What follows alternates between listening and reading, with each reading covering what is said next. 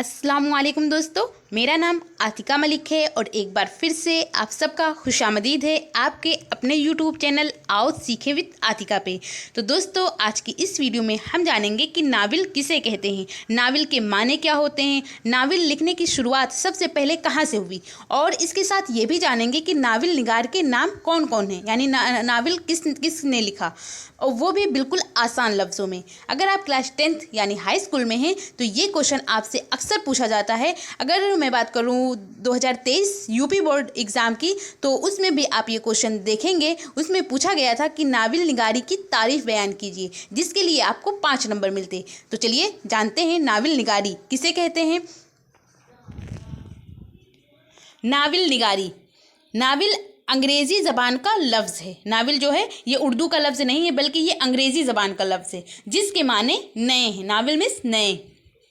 उर्दू में नावल का फ़न अंग्रेज़ी से आया। नावल किस्से की नई शक्ल है, यानी जो किस्सा होता है उसकी नई शक्ल को नावल हम कहते हैं, इसलिए इसको ये नाम मिला। नावल उन किस्सों को कहा जाता है जिनमें आमतौर पर दास्तान की तरह फ़र्ज़ी और माफ़ूक अलफ़ितरत वाक़यात नहीं होते, यानी फ़र्ज़ी चीज़ें नहीं होती या ख़याली चीज़ें नहीं होती जिस तरह दास्तान में होती है, बल्कि नावल अलग होता है। नावल में क्या होता है, नावल इंसानी ज़िंदगी में रोज़मर्रा पेश आने वाले मसाइल और मामलात को नावलों में बयान किया जाता है। यानी जो नावल होता है वो इंसान की रियल की ज़िंदगी में जो चीज़ें हो चुकी होती हैं, जो मसले उसको पेश आते हैं, जो मुश्किलें आती हैं, जो मामलात उसके साथ हो चुके हैं होते हैं पहले, उसी को बयान किया जाता है।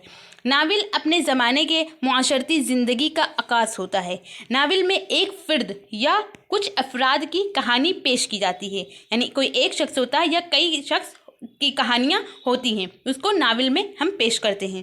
इस तरह किरदार निगारी, मंजर निगारी, जज्बात निगारी, वाक़यात का बाहम रब्त और तसलसल सब कुछ नावल का हिस्सा बन जाता है।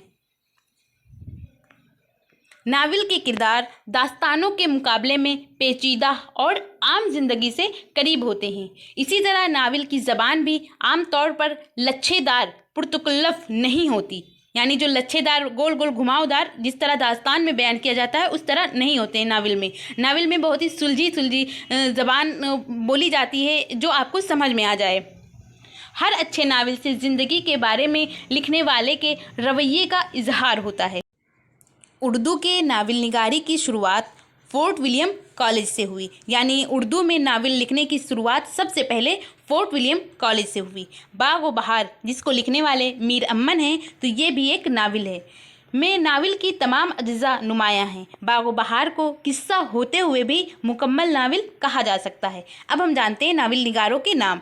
तो अगर आपसे ये क्वेश्चन अब पूछा जाए कि नावल निगारों के नाम बताइए, तो आप उसमें लिखिए कि नज़ीर अहमद, अब्दुल हलीम शरर, रतन नाथ सरसार, मिर्ज़ा मोहम्मद हादी रसवा। ये जो मिर्ज़ा मोहम्मद हादी रसवा हैं, इनकी सबसे ज़्यादा जो फेमस हुई है, सबसे ज़्यादा मशहूर हुई है नावल, उसका नाम है उमराव जान अदा।